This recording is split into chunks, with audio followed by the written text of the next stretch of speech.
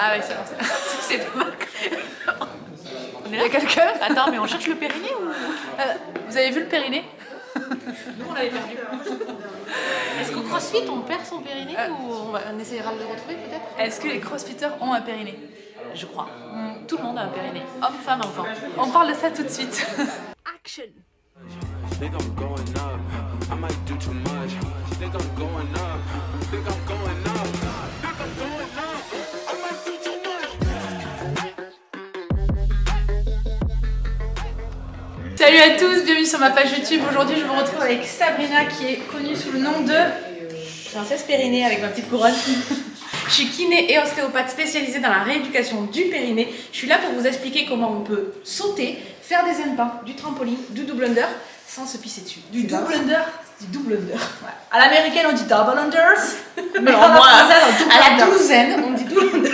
Cette vidéo va énormément vous intéresser, surtout pour toutes les personnes qui pratiquent le crossfit ou tous les mouvements fonctionnels ou les entraînements à haute intensité comme la corde à sauter, donc les doubles sauts comme elle nous expliquait, et les mouvements avec charge comme l'haltérophilie. Donc je sais que parmi vous, il y en a qui se posent des questions. Elle va déjà nous expliquer c'est quoi un périnée et à quoi ça sert. Le périnée, c'est en bas, c'est ici, ça ferme la cavité abdominale, ça sert à la continence pipi, caca, sexo et force. Si vous utilisez bien votre périnée, vous aurez plus de force pour soulever les barres. Par contre, c'est une zone, c'est comme la tête, l'épaule, le ventre, c'est pas que un muscle.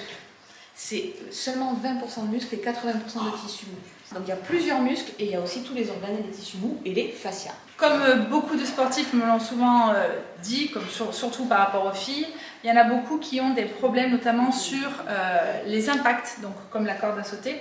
Et le problème que je rencontre, c'est je ne peux pas sauter à la corde, j'ai des fuites, j'ai des incontinences. Est-ce que tu peux nous dire si déjà ça se corrige, ça se soigne, ou est-ce qu'il faut arrêter? Et si, voilà, les solutions que tu peux nous proposer. Donc une goutte, c'est déjà une fuite. C'est pas normal de perdre de l'urine. Non, votre périnée est censé être hermétique. Et du coup, si vous avez des fuites urinaires à l'impact, ça peut se soigner. Donc déjà, on va partir sur la partie coaching, bien coacher l'exercice de manière à avoir le moins de fuites urinaires possible. Et si ça perdure, on va consulter. Voilà, tout simplement. Si vous êtes un homme, un enfant ou une femme qui n'a pas eu d'enfant, vous pouvez aller voir votre kiné. Si vous êtes une femme qui a eu des enfants, vous pouvez aller voir votre kiné ou votre sage-femme qui vous aidera à rééduquer votre périnée. Mais attention, le périnée, ça marche avec les abdos. Périnée transverse, meilleur ami pour la vie.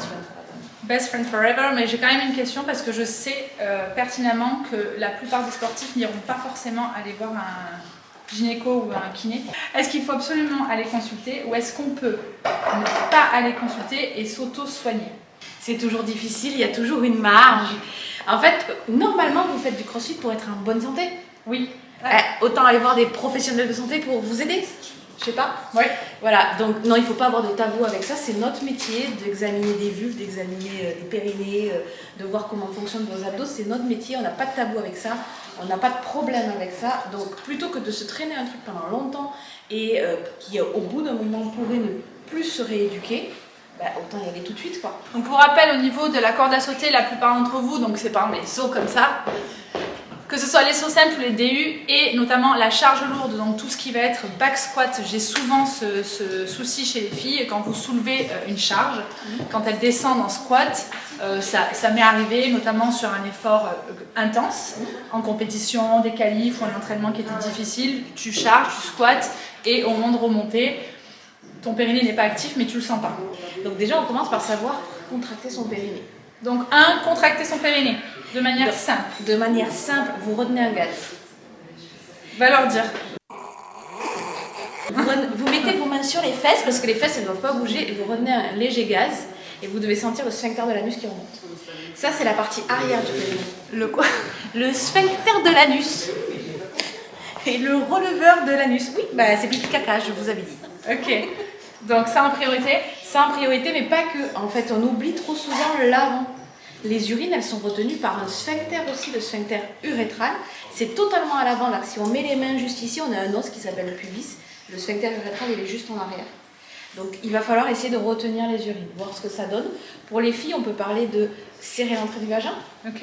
Et pour pendant l'effort. Déjà, là, comme ça, sans faire d'effort, est-ce qu'elles y arrivent? c'est le premier test. On vous laisse tester. Hein. Voilà. Si là, elles n'y arrivent pas, déjà, on peut se demander comment elles vont y arriver pendant l'effort. Ok. Donc ça, c'est savoir où est le périnée, savoir comment il se contracte. On serre, dis-moi. On relâche. Donc là, tu essaies de retenir tes urines. Et tu relâches. Bon, moi, ce que je regarde aussi, c'est que comme je vous ai dit, les abdos, le périnée travaille avec les abdos. Donc tu essaies de retenir tes urines. Ah, tu as le bas du ventre qui rentre. Donc ça, c'est un bon indice. Si vous avez le bas du ventre qui rentre, ça veut dire que périnée et abdos fonctionnent bien ensemble. Ce qu'il faut regarder, c'est surtout le ventre. Si quand je te demande de relâche... Là, j'ai mes règles. Je vais avoir mes règles, j'ai le ventre qui est gonflé. Moi aussi, mais il y a aussi beaucoup de chocolatine dessus. Comme ça. Pain au chocolat! Nom de Dieu!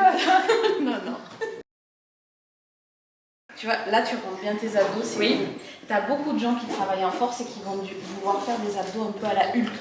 Tu vois, les abdos qui ressortent. Et du coup, si les abdos ressortent, ben, le périnée aussi, il pousse vers le bas. Donc la première des choses à faire, c'est où est le périnée, comment il se contracte, et les abdos, comment ça se contracte. Ça se contracte en rentrant le ventre. Okay. Déjà, si tu as ça, et que tu sais que quand tu rentres ton ventre, tu sens ton périnée remonter, et que quand tu remontes ton périnée, tu sens ton ventre rentrer, ça veut dire que la synergie périnée transverse est OK, et que déjà, tu es sur de bonnes bases. Okay. Mais tu ne peux pas penser à ça tout le temps. Non. Surtout sur tes sauts. Voilà. Donc du coup, qu'est-ce qu'on va faire? On va faire une technique qu'on appelle l'auto-agrandissement. Tu pousses la tête vers le plafond et les fesses vers le bas. Et normalement, ton ventre est rentré tout seul comme par magie. Sans forcer? Ouais, tu forces pas. Tu relâches. Vas-y, pousse ta tête dans la main et les fesses vers le bas. Tu vois là, tu as les fesses qui vont vers le haut, plutôt vers le bas. Ton coccyx entre tes talons. Est-ce que j'insiste? Non. Non, tu rétroverses pas, tu rentres pas volontairement. Pas de rétroversion, souvent j'en parle. Pas de rétroversion. Tu sens mes doigts dans ton dos. Ouais. Essaye d'écarter mes doigts. Sans engager tes épaules. Ouais, c'est ça. Relâche. Pousse ta tête vers le plafond et essaye d'écarter mes doigts. Tu attires ta colonne lombaire. Voilà. Là, tu as géré ton auto-agrandissement. Ouais. Donc en fait, c'est juste, hop, étirer le lombaire. Donc étirer les lombaires, pousser les fesses vers le bas sans la rétroversion du bassin. Et tirer la tête. Tirer la tête vers le haut. Et moi j'ai une question, on le fait quand? Alors on se prépare, genre on va commencer à faire comme si on faisait de la corde à sauter. On déplie les lombaires, tout est en place. Le ventre est rentré, le périnée est remonté. Maintenant on va se servir de la respiration. Quand on souffle, le périnée se contracte. Souffle. Okay. Et voilà. Et là on souffle. Et si tu veux le double under, du coup, surtout pas de venir lever les jambes comme ça, et vraiment juste sauter plus haut, en fait. Juste un petit peu plus de détente pour passer ton double under, mais tu gardes avec ton étirement, en fait. Là, quand je saute, je ne suis pas relâchée avec le ventre qui ressort et je ne suis pas en train de blotter dans tous les sens. Non, je m'étire, je déplie mon dos, c'est en place et je souffle. Couplé à la respiration, c'est vraiment la base pour travailler sur le cardio et pour travailler sur l'impact. Deuxième mouvement très important, c'est le squat avec charge. Oui. Juste, si tu peux nous dire comment placer sa respiration et son périnée au moment de l'effort. J'ai souvent cette question, moi je pense avoir la réponse, mais je peux me tromper, mais c'est bien que toi, professionnel de la santé, tu nous dises ce que tu en penses. Alors je vais te laisser parler, tu me dis. Oh non, je ne suis pas médecin. Mais tu dis, peut-être qu'on n'a pas la même avis, peut-être qu'on a le même. Alors moi, comment je l'enseigne? Qu'on ait une charge devant, derrière ou au-dessus de la tête, ou même sans charge, je dis toujours, on inspire, je bloque, je descends, et au moment de la repousser, j'expire par la bouche. Okay. C'est toujours au moment de l'effort. Sur ça, je suis OK. Sur la première phase, je nuancerai un petit peu plus. Ok. Déjà, de manière simple pour nous les crossfitters. Hein. Toujours simple. Toujours simple. Cette histoire de déplier le dos, on va le garder quand même. Ok. Donc tu viens de placer sous ta barre. Soit tu as une barre là. Non, mais on va éviter les barres. Ah, il y a quelques fuites sur les vieux arrosoirs. L'hiver, il faut faire très attention de ne jamais laisser d'eau dans un arrosoir parce que sinon ils prennent la gelée. Je déplie ma colonne. Tu vas te placer sous ta barre. Donc côté la barre devant, on fait la barre derrière. Tu viens de déplier ta colonne, ce qu'on a fait tout à l'heure. Ouais. Tu inspires, tu souffles, tu serres. Et là, volontairement, tu serres ton périnée, si ça veut dire serrer, remonter. Un périnée qui se contracte, il remonte, la tornade. Le bas du ventre rentre et vous êtes verrouillé. Uniquement pour les sports de force, quand on s'approche du RM. Si vous faites 40 squats d'affilée parce que vous voulez travailler du cardio, vous allez partir dans la version numéro 1. Attention. C'est pas le mouvement, c'est la façon dont on travaille. Donc on est en charge lourde, on est verrouillé, on a déplié, on est gainé. On vient repousser la charge, donc là tu l'as devant, tu viens faire comme si tu voulais la soulever un petit peu, t'es gainé. T'inspires très légèrement quand tu descends, mais tu déverrouilles pas tes abdos ni ton périnée. Inspire légèrement et... On me voit, on me voit plus. On ne voit plus. On disparaît. Magie du direct, on disparaît. Voilà. Ça c'est l'option numéro 1. Et si vraiment tu montes encore plus en charge et que tu as besoin de la ceinture, en fait... Tu vas effectivement bloquer, mais quand tu fais ton inspire, parce que souvent l'erreur c'est que tu vas faire ton inspire en sortant le ventre. Quand tu vas faire comme ça. C'est ce que j'ai remarqué sur beaucoup d'athlètes, beaucoup de personnes qui pratiquent notamment le crossfit. Quand vous soufflez, en fait, souvent même ceux qui ont la ceinture, en fait on sent, même moi, je sens que le ventre déborde, même que je pousse les abdominaux vers l'avant. Donc toi tu dis qu'il faut constamment donc, aspirer, mais si ça pousse, est-ce que ça veut dire que le périnée n'est pas assez fort ou que la charge est trop lourde? Vous avez 4 heures. Si ça pousse, effectivement, ça veut dire que la charge est trop lourde et que vous n'avez pas respecté votre progression. Sauf que si vous n'avez pas de conscience de votre périnée, de votre transverse, en fait, vous ne l'intégrez pas dans le mouvement. Donc en fait, c'est quelque chose qu'il faut intégrer à vide. Air squat, échauffement, oui. Et montée de charge, ce que vous faites, de toujours penser à aspirer ce nombril, se grandir. C'est ça. Aplatir les auto-agrandissement, rentrer le bas du ventre. Moi, je dis... Les abdominaux, c'est en dessous du nombril et le premier abdominal, c'est le périnée. Leitmotiv pour s'en rappeler. Et du coup, tu rentres le bas du ventre, t'es gainé. Et du coup, à partir de là, quand tu inspires, et si par exemple vous avez la ceinture, il faut venir la serrer vraiment avec le ventre encore plus rentrer au maximum. Et en fait, comme ça, automatiquement, la ceinture va faire un renfort. Il ne faut pas la mettre ici, il ne faut pas la mettre sur les côtes, il faut la mettre le plus bas possible. Et la ceinture, c'est vraiment que si vous avez des charges lourdes, sinon le but c'est de renforcer votre les charges lourdes. C'est au-delà de 85% de ce que vous pouvez faire. Quand vous atteignez 85% de votre RM1, les crossfitters, donc votre max potentiel, on peut mettre la charge. Ceux qui mettent la charge barre vide, la ceinture barre vide, non.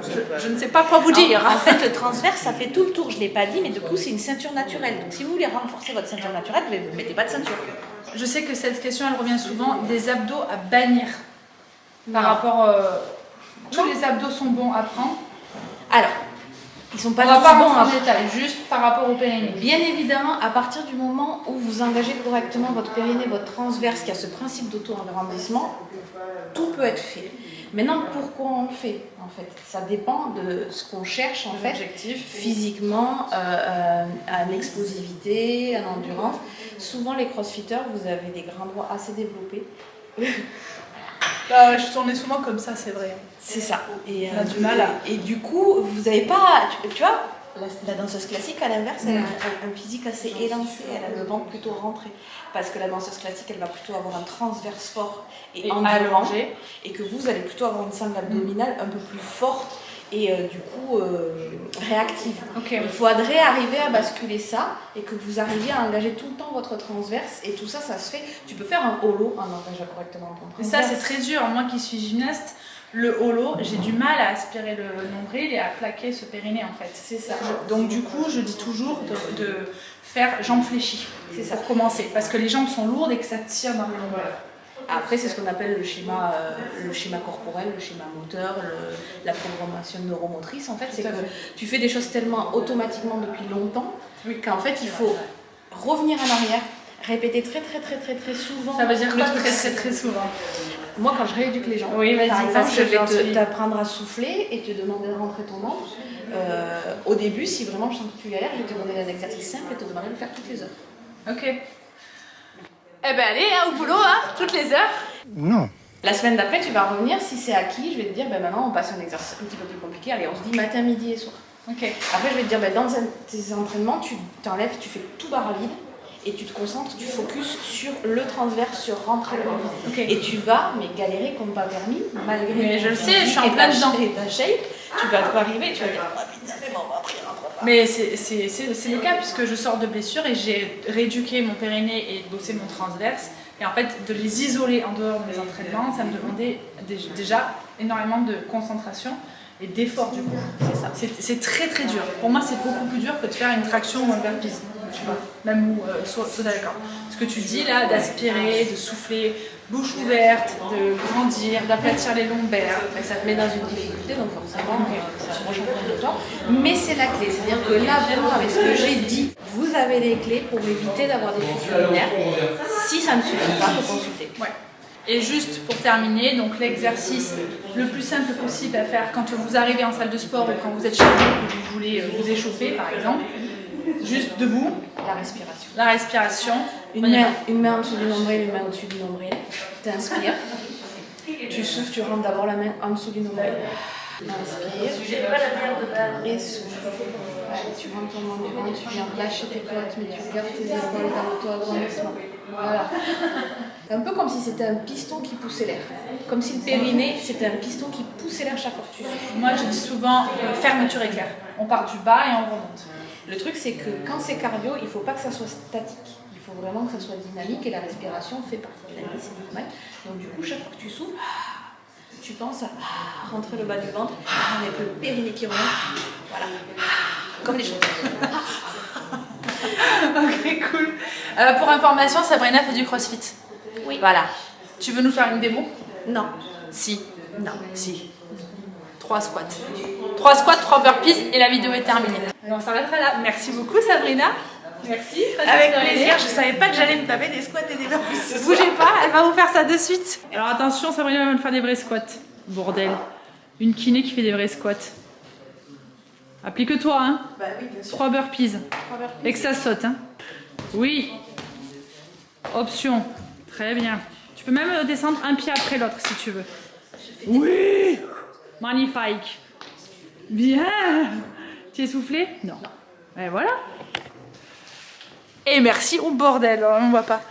Merci à tous, on se dit à très vite. On n'oublie pas les commentaires, on n'oublie pas d'aller voir Princesse Périnée sur sa page YouTube, Instagram, Facebook, Twitter, l'univers, toutes les planètes. Vous pouvez nous retrouver.